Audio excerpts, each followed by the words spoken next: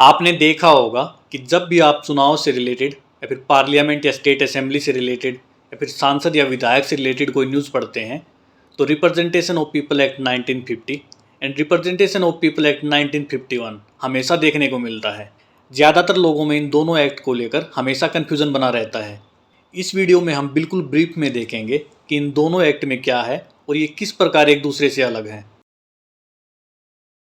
The representation of people act 1950 अप्रैल 1950 में पास किया गया था। इसमें जो प्रोविजंस हैं, पहला, हमारे देश में जो कंस्टिट्यूएंसीज अर्थात चुनाव क्षेत्र हैं जिन्हें हम सीटें भी बोलते हैं, उनका डेलिमिटेशन किया जाना, अर्थात एक कंस्टिट्यूएंसी में कौन कौन से क्षेत्र शामिल किए जाएंगे यह डिसाइड करना। दूसरा, लोकसभा, राज्य विधानसभा एवं राज्य विधान परिषद में सीटों का एलोकेशन करना।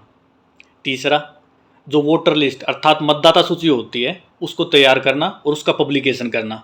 चौथा, जो मतदाता हैं उनकी क्वालिफिकेशन के लिए रूल्स बनाना।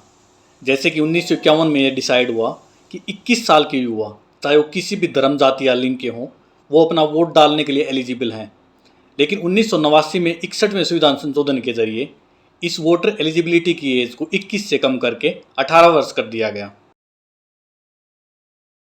इस एक्ट के कुछ इंपॉर्टेंट प्रोविजंस हैं।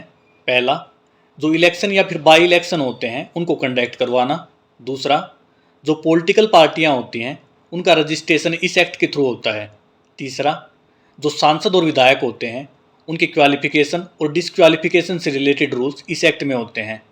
चौथा, चुनाव से रिलेटेड जो डिस्प्यूट्स होते हैं या फिर डाउट होते हैं उनको भी इसी एक्ट से सेटल किया जाता है। पाँचवा, चुनाव में अगर कोई करप्ट प्रैक्टिस होती है तो उसके लिए भी इसमें प्रोविज़न है।